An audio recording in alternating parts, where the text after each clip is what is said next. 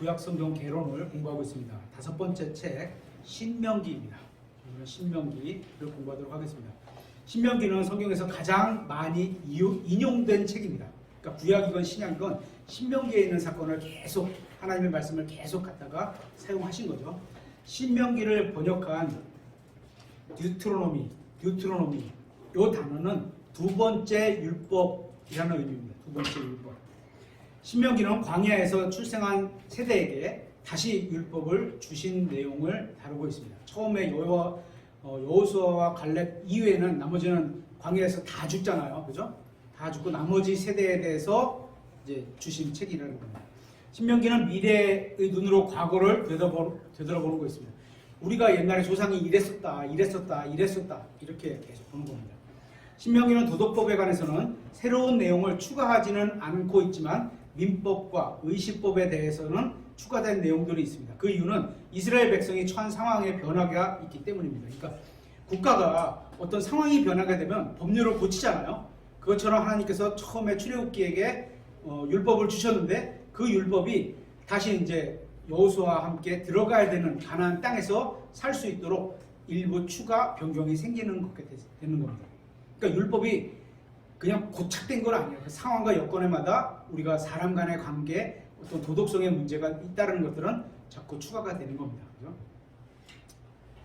이들은 광야에서 생활하다가 이 특정한 지역에 정착하게 되었기 때문에 가나안 땅이죠. 상황의 변화에 맞는 법률이 필요했습니다.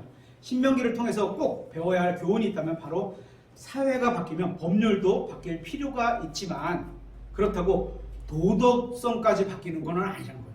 들어가면 이제 거기는 도덕성이 낮아지거든요. 그렇다고 낮아지게 되지는 않는다는 겁니다. 하나님께서는 백성에게 주님 명령을 기억하고 순종하라고 하셨습니다. 기억하라는 것은 광야에 관련된 것이었었고 순종하라는 것은 땅의 약속과 관련된 것들이었습니다. 모세는 새로운 세대가 앞선 세대보다 더 나은 점이 없다는 사실을 깨닫게 됩니다. 뭐죠? 결론 아담의 후손들은 다 똑같다는 거예요. 그죠? 그래서 백성에게 하나님의 말씀에 순종하지 않아 실패했던 과거를 계속 기억하게 하는 겁니다. 너네 조상들이 이래서 실패했다. 모든 길에서 여호와 하나님을 높이고 그분께 순종하도록 했습니다. 이것만이 유일한 축복의 통로, 하나님과 함께 가는 길이었습니다. 신명기는 하나님께 순종하는 것을 강조하고 있습니다. 10장 12절에 이제 이스라엘아 주 내 하나님께서 내게 요구하시는 것이 무엇이냐? 오직 주 내 하나님을 두려워하여. 첫 번째 하나님을 두려워하는 거예요. 우리는 하나님을 사랑하는 걸 먼저 자꾸 얘기하는데 성경은 두려워하는 걸 먼저 얘기를 해요. 그죠? 그분의 모든 길로 걷고 그분을 사랑하며, 여기서 뒤에 나오지? 또 내 마음을 다하고 혼을 다하여 주 내 하나님을 섬기며. 그죠? 이 말씀에서 두 가지 중요한 문제가 나옵니다. 하나는 하나님을 두려워하라는 것이고 하나님을 사랑하라는 겁니다. 성경의 순서는 첫 번째 하나님을 두려워하는 것이고 두 번째 하나님을 사랑하는 것인데 오늘날은 이 순서를 자꾸 바꾸려고 합니다. 두려워하는 하나님에 대한 설교가 굉장히 적어졌죠.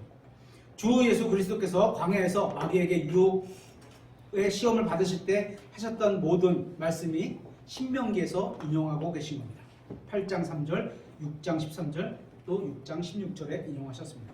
신명기는 인간의 관점이 아닌 하나님의 관점을 보여주고 있는 것입니다. 우리 왕들의 책 해갖고 열왕기 상하가 있고 또 역대기 상하가 있잖아요. 두 개의 개념이 지금 신명기에서 말하는 것과 똑같습니다. 하나는 사람들의 관점으로 써 있는 게 열왕기 상하고 역대기 관점엔 여기에서 써 있는 게 여기에 없는 것들이 간혹 있어요. 하나님의 관점으로 본다. 이래서. 그래서 조금 차이가 있는 것들이 있습니다. 앞에서 살펴본 네 책인 창세기, 출애굽기, 레위기, 민수기의 영적인 중요성이 신명기에 또 나와 있습니다. 신명기는 앞선 역사에 대한 하나님의 해석입니다. 사람의 해석이 아니고 하나님의 해석이죠. 창세기부터 민수기까지는 이스라엘의 역사 사실을 보여주고 신명기는 이 책들의 의미를 잘 나타내 보여주고 있는 겁니다. 신명기의 앞부분은 역사적인 사건을 다루고 중간 부분은 율법을 다루고 있으며 뒷부분은 예언을 다루고 있습니다. 신명기의 첫 부분은 1에서 3장으로 광야 여정을 돌아보고 있습니다. 둘째 부분은 이스라엘의 거룩함에 관해 말씀하며 내부를 들여다보고 있는 겁니다. 모세는 4장부터 6장에서 율법에 관해 말했고 7장부터 8장에서는 주님에 관해서 말씀드렸고 9장에서 11장에서는 땅에 관해서 말했습니다. 신명기의 셋째 부분은 12장부터 30장으로 이스라엘의 상속 유업에 관한 말씀입니다. 여기 계속 땅에 대한 유업입니다. 율법은 약속의 땅에서 순결하게 살기 위해서, 또 약속의 땅의 규정에 관해서, 약속의 땅에서 경건하게 살기 위해서, 약속의 땅에서 행할 직분에 관해서, 약속의 땅에서 받을 보호에 관해서, 약속의 땅에서 사람들의 생활과 행실에 관해서, 또 약속의 땅에서의 우선순위에 관해서, 그리고 약속의 땅에서 관련된 영원한 것들에 관해서 주어진 책이 신명기입니다. 지금 여기도 똑같이 신약도 똑같습니다. 앞에 교리를 말해주고 뒤에 실행에 대한 생활 교리를 얘기하잖아요. 여기도 똑같습니다. 그죠? 앞에 율법을 말하고 뒤에 어떻게 살아가야 되는지를 말하고 있는 겁니다. 마지막 부분이 31에서 34장은 이스라엘의 지도자에 관해 말씀하고 있습니다. 31장에서 여호수아가 모세의 뒤를 이어 새 지도자가 됩니다. 32장에서 모세의 노래가 나오고 33장에서 그는 죽기 전에 이스라엘 자손을 축복을 합니다. 그리고 34장에서는 모세의 인생이 끝나게 됩니다. 주 예수 그리스도께서는 신명기의 기록자를 모세라고 밝히고 있습니다. 신명기의 말씀은 신약 성경에 이루는 책 중에 14권에서 90회나 인용하고 있습니다. 많이 인용된 거죠. 성경의 첫 5권의 책에서는 주님께서 말씀하시기를, 또한 하나님께서 이르시기를, 이런 표현이 무려 500회 이상 말씀하고 있는 겁니다. 우리도 성경을 대하는 자세가 그거죠. 하나님께서 말씀하셨다. 이래서 우리가 성경을 대하는 것처럼 이 책도 마찬가지입니다. 신명기는 거의 2달의 기간을 다루고 있습니다. 굉장히 기간은 짧죠. 신명기 핵심 구조는 10장 12절 13절인데, 이제 이스라엘아, 주 내 하나님께서 내게 요구하는 것이 무엇이냐? 오직 주 내 하나님을 두려워하여 그분의 모든 길로 걷고 그분을 사랑하며 또 내 마음을 다하고 혼을 다하여 주 내 하나님을 섬기며 내가 이날 내 행복을 위하여 내게 주는 주의 명령과 그분의 법규를 지키는 것이 아니냐, 이렇게 말씀하고 있습니다. 단어는 들으라, hear, 들으라가 44회가 나오고, 행하고 지키고 순종하라, 이게 177회가 나오고, 사랑하라, 이게 21회가 사용되고 있습니다. 하나님께서는 여러 가지 이유로 인해서 신명기에서 다시 율법을 주셨습니다. 첫째, 옛세대는 광야에서 쓰러져 죽었고 새로운 세대가 출현했기 때문에 새로운 율법을 주셨습니다. 둘째, 싸워서 땅을 취해야 한다는 새로운 사명이 앞에 주어졌기 때문입니다. 그죠? 이제 여호수아, 다음 시간에 보는 여호수아에서는 이제 들어가서 땅을 취하게 되잖아요. 또 셋째, 새로운 지도자로 여호수아가 서게 되었기 때문에입니다. 또 넷째는 민족이 정착하고 나서 새로운 유혹을 밟게 될 것이기 때문에 그 안에 들어가면 이 광야에서는 생각지도 못했던 그런 우상 숭배들이 그냥 만연했던 그런 땅이잖아요. 그러다 보니까 모든 것이 상황이 바뀐 거예요. 그래서 더 추가로 주시게 된 겁니다. 신명기에서는 153차례에 걸쳐서 땅에 초점을 맞추고 있습니다. 상속, 유업, 땅, 이런 거죠. 상속 유업은 36번 차지하다라는 땅이죠. 그러면 64번 들으라, 그러니까 71번 마음이라는 단어가 46번 나옵니다. 신명기는 사랑이라는 단어와 마음의 태도에 관해서, 사랑을 하면 그 사람 안에 마음에 갖고 있는 태도가 사랑과 이렇게 뭐죠? 잘 연결돼서 나와야 되는데, 입으로는 사랑한다고 하면서 태도가 없으면 사랑이 아니죠. 사랑하는 게 아니죠. 말로만 사랑하는 거죠. 그래서 성경에서 처음 이런 내용을 강조한 책입니다. 이스라엘은 주님께서 아브라함과 맺으신 언약에 따라서 땅의 정당한 소유권을 얻었지만 아직 순종을 통해서만 그 땅을 점유하고 즐길 수 있었던 겁니다. 실제로 들어가서 자기네 땅이라고 주장을 하는데 안식이 없는 거예요, 아직. 그죠? 그들의 안식은 뭐요? 하나님이 주신 말씀을 지켜야지만 그 땅에서 안식이 보장되는 거였죠. 이것은 매우 중요한 진리입니다. 신명기의 시기는 민수기의 마지막 15장과 일치하는 때입니다. 그래서 신명기에서는 모세의 설교가 9개 있기 때문에 비교적 개요가 간단합니다. 신명기에서 40년 전의 사건과 율법에 대한 언급에서도 이전의 기록들과 차이가 나는 이유는 4가지 때문입니다. 첫째, 서로 다른 사건이 배경으로 있기 때문입니다. 또 둘째는 서로 다른 관점에서 비슷한 사건을 반복되기 때문입니다. 물을 주세요, 빵을 주세요가 옮길 때마다 주잖아요. 그죠? 그렇게 나오고, 세 번째, 광야 생활을 위한 법 중에서 약속의 땅의 생활과 맞지 않는 것이 있기 때문에, 광야는 그렇죠. 촉박한 땅인데, 젖과 꿀이 흐르는 땅이 아닌데, 또 네 번째는 같은 동기로 주신 법이지만 완전한 것들 때문에, 완화된 것들 때문에 그 외에도 다른 차이들 때문에 보충하기 위해서 새로운 율법을 써서 주신 겁니다. 신명기는 전체가 958절과 28,461단어 킹제임스 성경, 영어 킹제임스 성경으로 되어 있습니다. 신명기를 많이 인용하고 있는 신약 성경에서 신명기는 그리스도인들이 반드시 공부할 책이라고, 중요한 책이라고 생각됩니다. 신명기는 설교와 강해로 되어 있는 책이기 때문에 설교자들은 반드시 주의 깊게 연구를 해야 합니다. 그래서 이게 이제 저희가 출애굽기 끝나고 나서 신약 성경을 무슨 책이든지 하나 하고 신명기를 할까 아니면 여호수아를 할까 이렇게 지금 생각 중입니다. 하나님의 말씀을 가르치거나 선포하는 사람들은 하나님께서 모세에게 말씀하신 방법으로 또 흥미있게 이 책을 읽을 수 있을 겁니다. 역사서니까 얼마나 재밌겠어요, 그죠? 신명기는 하나님의 말씀을 회중에게 어떻게 선포하는지 보여주기 때문에 설교자나 성경교사는 신명기를 연구해야 할 필요성이 있는 책입니다. 신명기는 40년째 해 11째 달 1일에 시작합니다. 이제 한 장씩 보겠습니다. 신명기 1장에서 모세는 백성이 정탐꾼들의 보고로 인해 주님께 반역하여 주님의 진노를 샀으며 이로 인해 38년간 광야에서 방황을 했고 2명을 제외하고는 모두 멸망했던 것을 기억하게 합니다. 조상들이 했던 일을 기억하게 하는 거죠. 모세는 자신이 약속의 땅에 들어가지 못하게 된 것에 관해서 그들의 책임이 있다고, 백성에게 책임이 있다고 3번이나 이야기를 합니다. 그는 이것에 관해서 아마도 마음에 쓴뿌리가 있었던 것 같습니다. 2장에서 모세는 백성에게 하나님께서는 신실하셨으나 백성은 주님의 말씀을 믿지 않았고 주님께 불순종했다는 사실을 기억나게 합니다. 계속 그러니까 설교자나 목회자가 계속 과거에 했던 거라도 계속 기억나게, 하나님 말씀을 또 기억나게 하고 또 기억나게. 저희가 1년에 만약에 성경의 일독을 다 하고 있는데 또 읽잖아요. 근데 읽을 때 또 새로운 게 보이잖아요. 그죠? 그런 것처럼 계속 모세도 똑같이 하는 겁니다. 이것은 하나님은 자신의 백성이 순종하지 않아서 그들을 징계할 때에도 그들을 버리지 않으시고 계속 참아주시고 오래 참아주시고 또 징계하시고 이러는 거죠. 위대한 진리를 보여주며 우리에게도 위로를 주게 됩니다. 3장에서 모세는 광야의 여정을 통해서 하나님의 능력이 충분히 드러났음을 강조합니다. 그는 백성이 주님의 명령에 순종해서 진격한 도시는 모두 취했음을 상기시켰습니다. 다 얻었어요. 하나님의 명령에 의해서 갔던 것들은 다 얻어졌어요. 백성이 10명의 정탐꾼들로부터 보고를 받고 가데스에서 두려워했지만 그들의 보고는 전혀 근거 없는 것임이 입증되었습니다.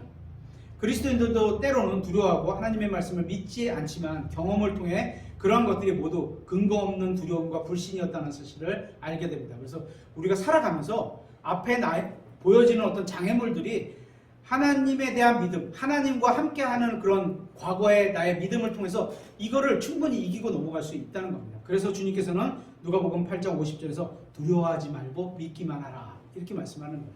하나님 앞에 있는 상황이 눈으로는 두려워할 상황이지만 하나님의 말씀을 믿으면 충분히 이 두려운 상황을 이겨내갈 수 있겠다는 거죠. 그죠? 모세는 여호수아를 새로운 지도자로 세우고 그에게 임무를 맡기며 용기를 북돋워 주었습니다. 모세는 무리바에서 지은 죄로 인해 백성을 약속의 땅으로 인도하여 들어갈 수 없었습니다. 본인은 못 들어갔어요. 그죠? 무리바에서 뭐 했죠? 반석에게 말하라 하나님은 그랬는데 이 반석을 다시 한번 쳤잖아요. 그죠? 바위를. 그래서 그것 때문에 못 들어간 거예요. 가나안은 우리가 그리스도 안에서 누리는 안식을 예표합니다. 믿음으로 살면 안식할 수 있다는 거예요. 그죠? 모세는 율법을 예표하는데 율법은 우리에게 안식을 주지 못합니다. 뭘 지켜라 행해라 이거 갖고는 안식이 안 된다는 거죠. 이것이 바로 히브리서 4장 8절에서 여호수아가 라고 되어 있지 않고 예수라는 단어라고 설명한 이유입니다. 나중에 기회가 있으면 그 개혁성경의 히브리서 4장 8절 한번 찾아보세요. 거기는 여호수아 이렇게 되어 있어요. 우리 성경은 예수님, 예수 이런 단어를 사용하고 있고. 그래서 만일 예수가 그들에게 안식을 주었더라면 그분께서 그 뒤에 다른 날을 말씀하려 하지 아니하셨느니라. 이렇게 되어 있죠. 구약의 여호수아가 구약의 여호와가 예수님이라는 얘기입니다. 4장 1절에서 나온 그리하면 너희가 살 것이요 라는 표현을 주의 깊게 보면 이것과 같은 표현이 신명기에서 지상에서의 긴 수명, 이 땅에서 우리가 오래 살게 되는 약속 주어진 게 뭐 있죠? 너희의 날들이 길이라 하고 약속된 게 뭐죠? 부모에게 공경하면, 부모에게 순종하면 이렇게 약속이 돼 있잖아요. 이것도 지상에서의 수명이 긴 수명과 관련이 되어 있습니다. 이 표현은 혼의 구원에 관한 말씀이 아니라 이 세상에서 사는 육신의 수명과 관련된 말씀이라는 사실을 기억해야 합니다. 구약에 보면 혼에 대한 말씀인지 육에 대한 말씀인지 사실을 굉장히 구분하기 어려울 때가 있어요. 그죠? 신명기 4장은 이스라엘의 거룩함에 관한 내면을 보며 시작합니다. 광야의 여정의 경험으로 인해 모세는 도덕적 의무에 관해서 말하고 있습니다. 하나님께서는 이스라엘 백성에게 율법을 주셨습니다. 주님께서는 시내에서 그들에게 나타나셨습니다. 주님께서는 그들을 불타는 윤광로에서 구출하셨습니다. 모세는 이러한 모든 언급을 하면서 충성심과 증언이라는 두 가지를 요구하고 있습니다. 백성에게. 그렇죠? 충성심은 결코 우상을 만들거나 다른 신을 섬기지 말라는 것이고, 증언은 다음 세대에게 하나님의 말씀과 그분의 행하신 일을 가르치라는 겁니다. 모세는 만일 그들이 이러한 일에 실패하면 하나님께서는 그들의 특권을 가지실 것이라고 경고했습니다. 우리도 하나님의 많은 약속들이 조건적인 것임을 항상 기억해야 합니다. 구원받는 것은 조건이 아닙니다. 하지만 우리가 상급받고, 그죠? 우리가 하나님 앞에서 나아가서 우리의 행위를 드러내는 행위가 어떤 것이 있는지를 보여줄 때는, 그때는 당연히 조건적인 것이었죠. 어떤 행위를 하면 보상을 주겠다, 이런 거니까. 그죠? 신명기 4장 26절에 이날이라는 엄숙한 수거가 나오는데, 이 표현은 그 후에 41번이나 더 등장합니다. 성경에서 가장 위대한 본문 중에 하나가 신명기 4장 5절 9절에 나옵니다. 한번 제가 읽겠습니다. 보라, 내가 주 내 하나님께서 내게 명령하신 대로 법규와 판단의 법도를 너희에게 가르쳐나니 이것은 너희가 들어가 소유할 땅에서 너희가 그대로 행하게 하려 함이라. 그러므로 그것들을 지키고 행하라. 이것이 민족들의 눈앞에서 너희의 지혜요 너희의 명철이니라. 이 민족들이 이 모든 법규들을 만들고 이르기를 이 큰 민족은 참으로 지혜와 명철이 있는 백성이로다 하리라. 주 우리 하나님께서 우리가 그분을 부르며 구하는 모든 일에서 우리에게 가까이 하신 것 같이 하나님을 우리에게 가까이 모신 그런 큰 민족이 어디 있느냐? 이날 내가 너희 앞에 두고 이 모든 율법과 같이 의로운 법규와 판단의 법도를 가진 그런 큰 민족이 어디 있느냐?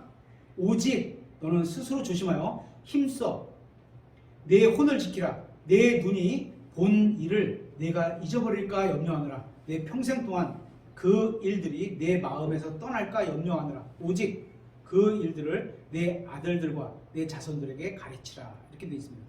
또 신명기 5장 1절은 신명기에서 자주 사용하는 네 단어를 담고 있습니다. 첫 번째, 들으라. 신명기에서 30회 이상 나오고, 두 번째, 배우라. 7번 나오고, 3번, 지키라. 킥. 지키는 게 2개 있죠. 빼앗기지 않게 지키는 것과 또 하나는 내가 행해서 지키는 것, 2가지가 나오죠. 39에 나오고 행하라. 거의 100번 이상이 나옵니다. 결론 하나님의 말씀을 듣고 배우고 지켜서 행하라는 게 신명기뿐만 아니죠. 모든 성경 기록이 말씀하시는 바입니다. 5장에서는 다른 추가 사항 없이 10계명을 다시 제시합니다. 또한 거룩한 하나님과 온정하시고 의로우신 하나님과 하나님의 능력과 위엄에 관한 말씀, 그리고 율법을 주신 상황 등도 반복하고 있습니다. 이스라엘 백성의 위대함은 하나님과 맺은 관계에서 오는 겁니다. 이스라엘 백성이 위대한 게 아닙니다. 그죠? 하나님이 위대하신 거죠. 그 별 볼 일 없고 목도 뻣뻣하고 그런 백성을 하나님께서 자신의 백성으로 삼으셔서 민족 중의 민족, 그죠? 민족들을 다스리는 민족으로 세우시겠다, 이거잖아요. 물론 이 진리는 모든 사람에게 해당되는 것이기는 하지만 특히 이스라엘이 더욱 그렇습니다.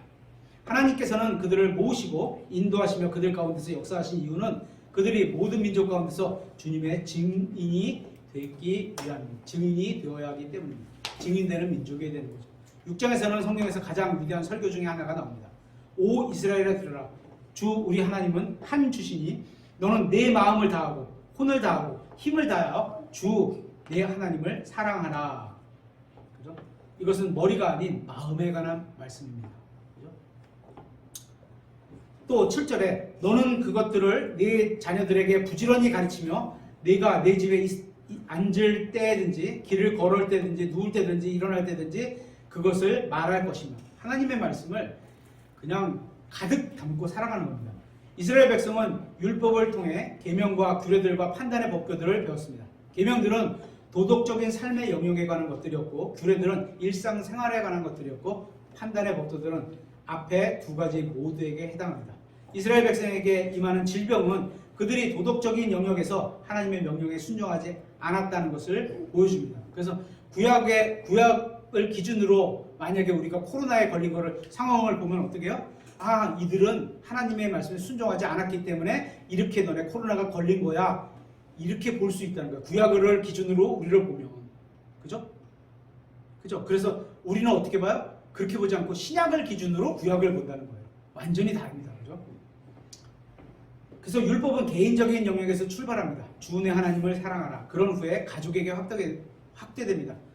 우리도 마찬가지죠. 너는 그것들을 내 자녀들에게 부지런히 가르치며 그 다음에 사회에게 확대됩니다. 그 길을 걸을 때에, 다른 사람하고 걸을 때 백성들은 반드시 율법을 알고 행해야 했습니다.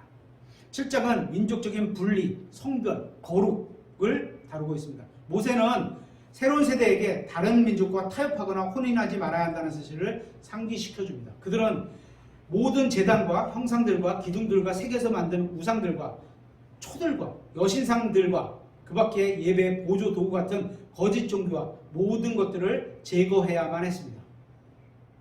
그들은 지속적으로 거룩하고 분리된 백성으로 있어야만 했습니다. 지난주에 우리 출애굽기 19장을 배우면서 천주교에서 천주교의 10계명은 이 두 번째 계명이 없어졌다고 그랬잖아요. 세 번째 계명을 내려가지고 둘째가 있는 것처럼 했다고 한 말씀이 이거였죠. 그죠?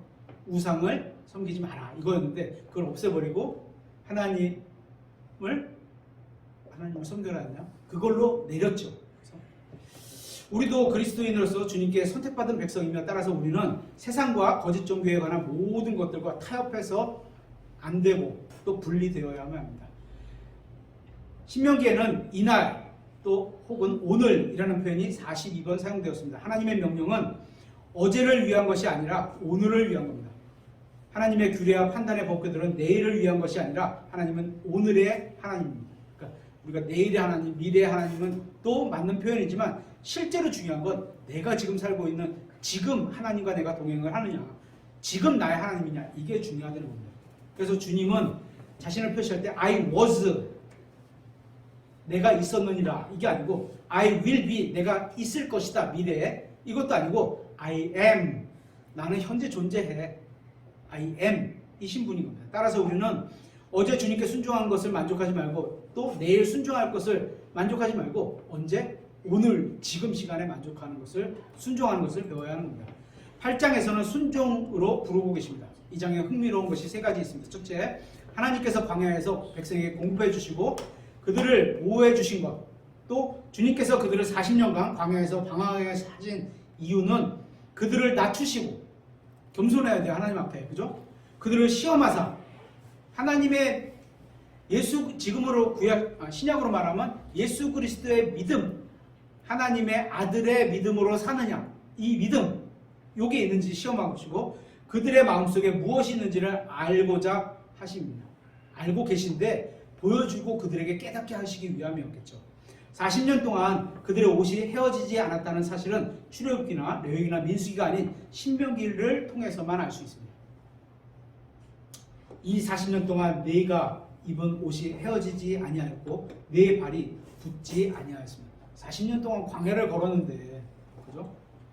둘째, 그들이 땅에 들어가면 충분히 공급해 주시겠다는 약속이 있었습니다. 적과 꿀이 흐르는 땅인데 얼마나 풍성한 기름진 땅이겠어요. 셋째, 약속의 땅에서 번성하면 스스로 만족하여 하나님을 잊을 수 있다고 경고합니다. 그래서 항상 등 따뜻하고 배부르면 하나님을 멀리하게 된다는 게 구약 전체의 이스라엘을 통해서 우리가 배우는 그런 교훈이잖아요. 여기도 똑같이 주시는 겁니다. 이것은 그들을 멸망으로 인도하는 교만한 마음, 하나님 없이도 살 수 있어, 그죠? 이런 마음을 가져올 수 있다는 겁니다. 9장에서 모세는 백성에게 그들의 완악함과 그들이 주님의 말씀에 순종하지 않고 주님께 반역했던 장소인 호렙, 가데스바네와 마사, 기브롯 핫다아와를 기억하겠습니다. 그런 장소에 너네들의 조상이 이래 했어. 그래서 이러이러했고 하나님은 이렇게 은혜를 베푸셨어. 이런 거죠. 우리는 이것을 통해 하나님의 자녀라도 주님의 말씀에 순종하지 않으면 이 세상에서는 아무런 소용이 없다는 사실을 배울 수 있습니다. 하나님을 나타낼 수가 없어요. 우리가 받은 모든 좋은 것들은 주님의 은혜를 통해 주님의 이름을 위해서 받은 것들임을 우리가 잊어서는 안 됩니다. 생명, 하나님께서 여러분의 생명을 주셨나요? 그거 하나만 가지고도 끝나는 거예요. 생명 안 주시면 여기서 움직일 수 있는 사람 없습니다. 그죠? 단 한 사람도 없어요.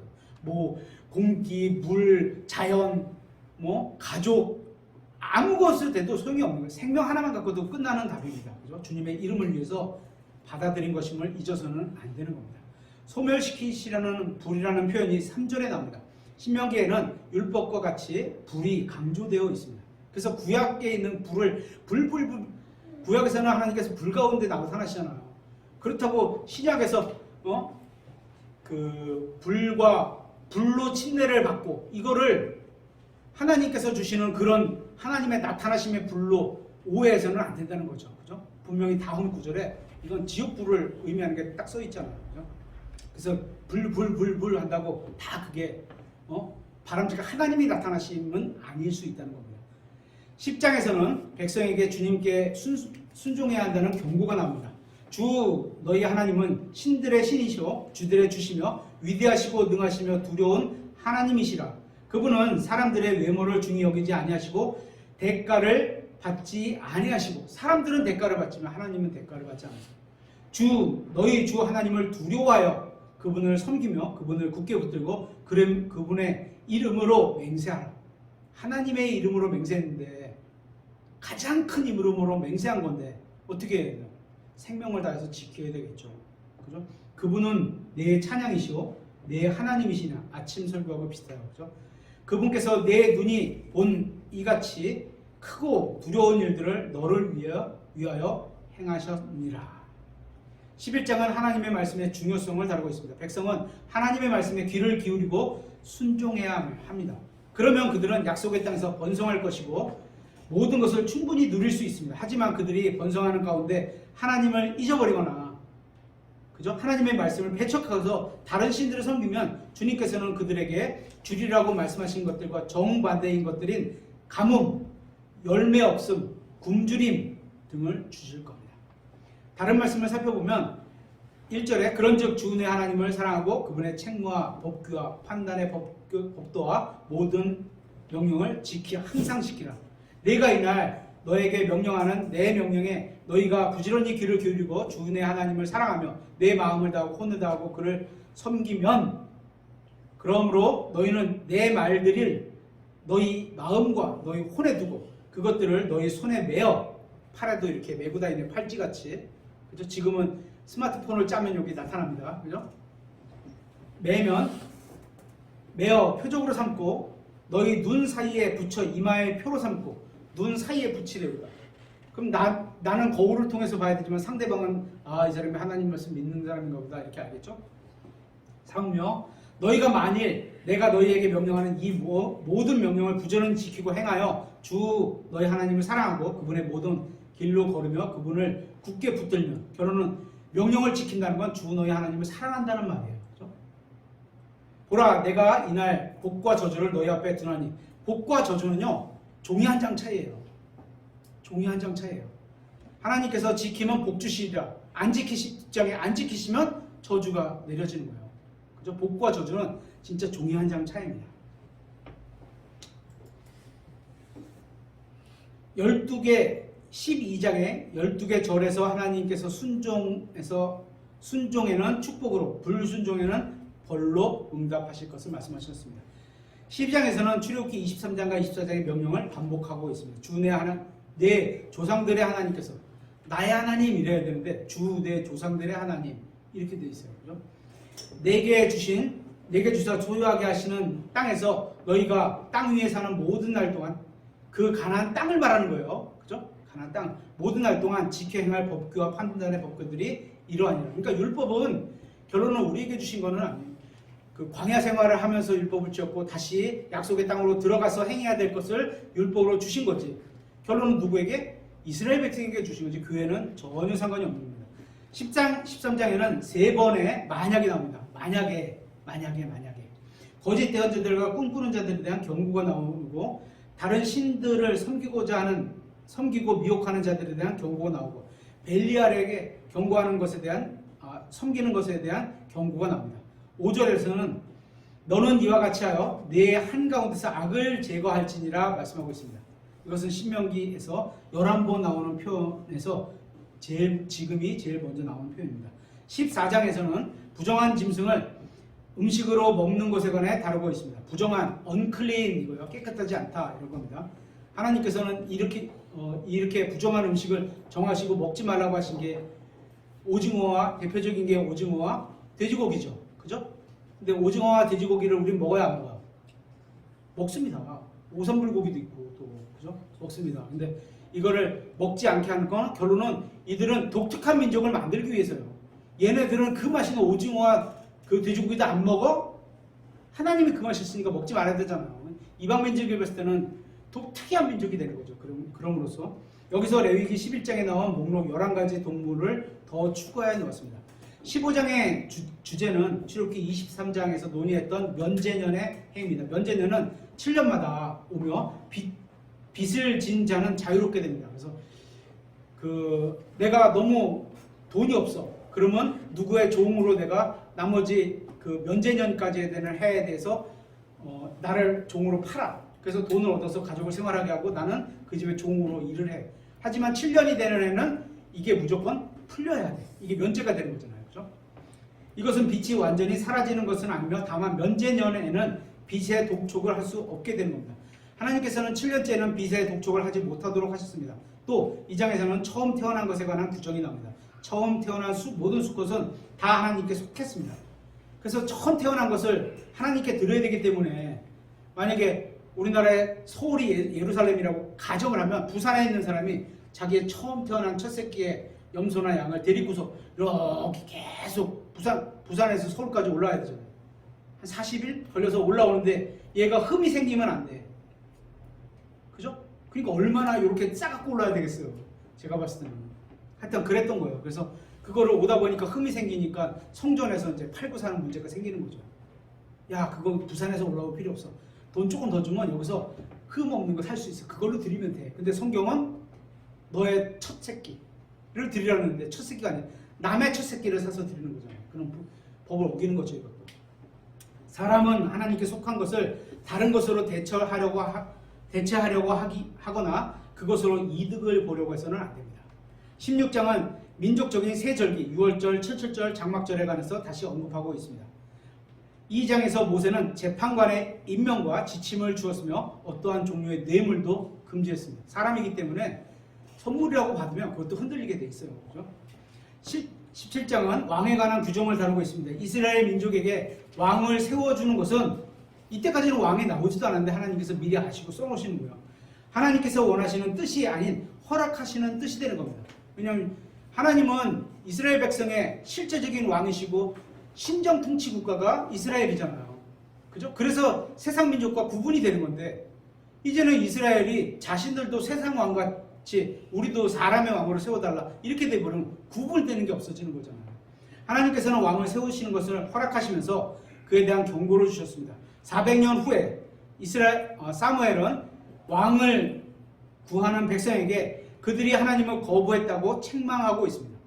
그래서 하나님을 거부해서 사람을 세워달라고 하는 거다 이런 겁니다. 따라서 왕에 관한 규정과 사무엘의 책망은 모순이 아닙니다. 주님께서는 이스라엘 백성이 왕을 구할 것을 미리 아시고 왕에 관한 규정을 주셨을 뿐 왕을 세우는 것을 기뻐하신 것은 결코 아닙니다. 왕은 결코 말을 늘려서는 안 된다고 써 있습니다. 홀스예요, 홀스. 이집트에서 많은 왕을 데리고 왔던 왕이 누구죠? 솔로몬입니다. 이거 하나님의 말씀을 어긴 거죠. 또 왕들을 말들을 늘려서 안 되고 백성이 이집트로 돌아가게 해서도 안 됩니다. 솔로몬은 이 점에 있어서 둘 다 죄를 지었습니다. 왕은 아내를 많이 두어서도 안 되고 근데 왕이 그 나라를 왕이 이제 국가가 세지면 어떻게 되냐면요. 각 지역마다 그 나라의 그 공주를 자기 왕비를 삼아. 그래서 친하게 맺어야지 나를 다시 쳐들어오지 않게 만들거든요. 그죠? 사람적인 생각으로. 그래서 다 그 왕이 돼서 왕국이 커지면 결론은 아내들이 많아질 수밖에 없는 이유가 이런 거죠. 사람적인 생각입니다. 그죠? 아내를 많이 두어서도 안 되고 금과 은을 늘려서도 안 되는 겁니다. 다윗과 솔로몬은 여기서 다시 한번 죄를 짓게 됩니다. 왕은 율법을 한부 복사해야만 했습니다. 자기 옆에 두라고 하나님께서 명령을 하셨기 때문에. 그죠? 그래서 매일 보도록 그 마음에서 하나님의 말씀이 떠나지 않도록 계속 보도록 했습니다. 하나님께서는 이 세상의 모든 통치자들은 이렇게 하기를 원하신 겁니다. 왕이 하나님의 말씀을 딱 옆에다 두고서 계속 이걸 근거로 통치하도록. 18장에는 모세가 한 메시아에 관한 위대한 예언이 있습니다. 이 예언은 참된 대언자에 관한 것입니다. 이 예언은 구약에 나온 예수 그리스도에 관한 예언 중에서 가장 구체적인 예언이고, 주님께서는 이것이 자신에 관한 말씀이라고 하셨고 베드로도 이 예언에 관해서 언급하고 있습니다. 히브리 민족은 하나님께서 모든 민족에게 복을 주시고 구원자를 보내기 위해서 만드신 선택하신 민족인 겁니다. 그죠? 19장은 다시 도피 도시에 관한 말씀입니다. 모세는 이미 요르단 동쪽에 도피 도시 3개, 바셀, 라봇, 골란을 만들었습니다. 이후에 모세는 요르단의 서쪽에서도 도피 도시 3개 더, 게더스, 세겜, 헤브론을 만들도록 했습니다. 이 6도시는 모두 민수기 35장 6절에 나온 레위인들의 48개의 도시에 포함된 레위인들의 도시였습니다. 오늘 살펴보려고 하는 마지막 장 20장은 전쟁에 관한 규정을 다루고 있습니다.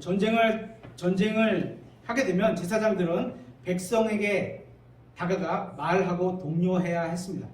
군사들은 적들로 인해 두려워하거나 무서워하거나 놀라서 떨지 말아야 했습니다. 그래서 4절에 주 너희 하나님은 곧 너희와 함께 가시니, 전쟁을 앞에 사람만 보내지 않겠다는 거예요. 하나님이 함께 가시겠다는 겁니다. 너희를 위하여 너희 원수를 치시며, 누가 쳐? 하나님이 치시며 또 너희를 구원하시는 그분이시더라. 이렇게 나를 구원하신 분이 하나님이시구나.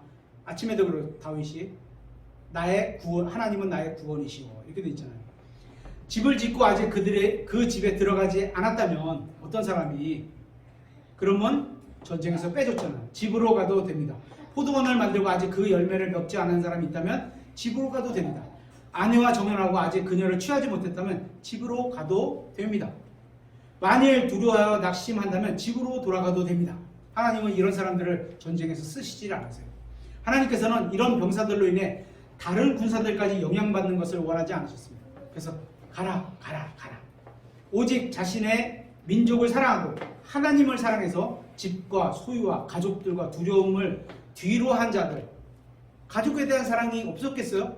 하지만 하나님을 더 사랑하는 사람을 주님의 군대로 만들기 원하셨던 겁니다.